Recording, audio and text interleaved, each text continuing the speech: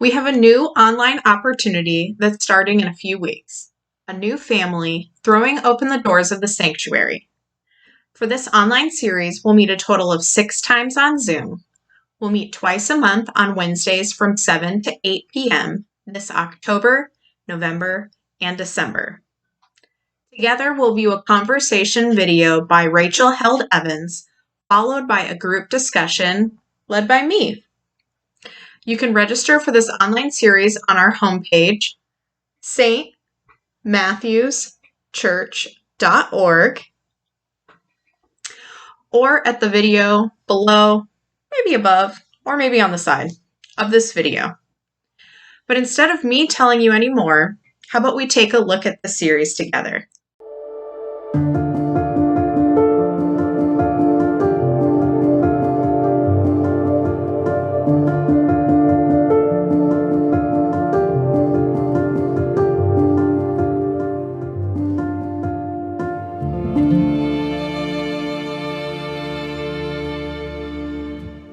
The whole New Testament, the whole thrust of the epistles and Jesus' teachings too is that we're creating a new family.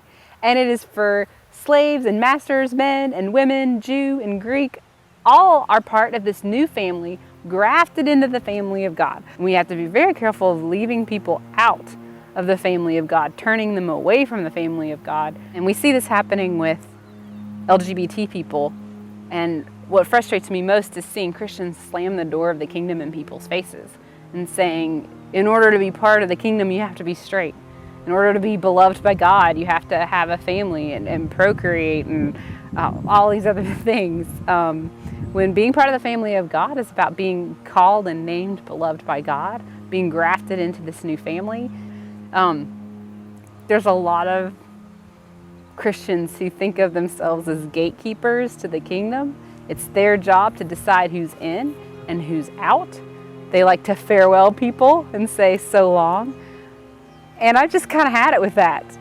It's not my table, it's not your table, it's not your denomination's table, it's Christ's table. Christ makes the invitation list. You don't have the power to farewell anybody.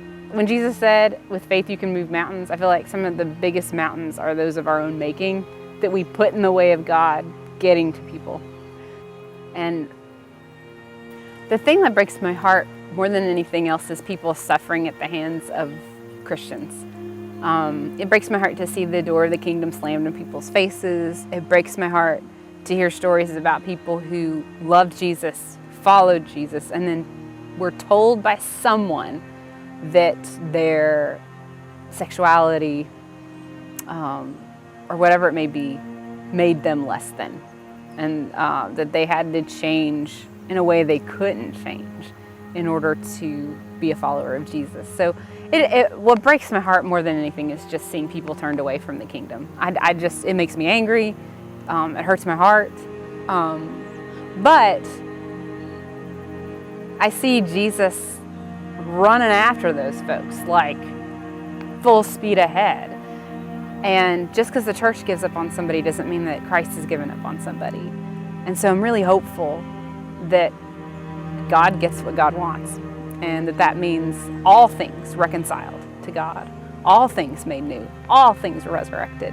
So I'm hopeful. I'm hopeful even when I see people hurt by the church, because the church wounds, but the church can also heal.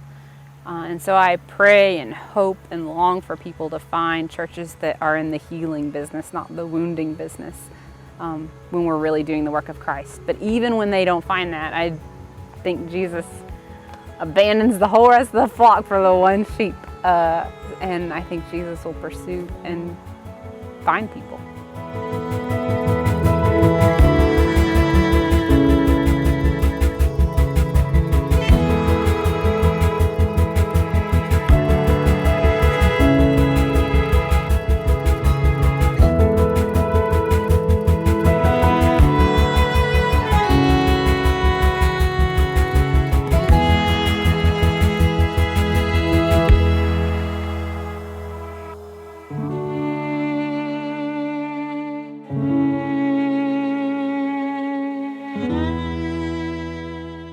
I hope you're able to join me Please reach out if you have any questions. Natalie at stmatthewschurch.org.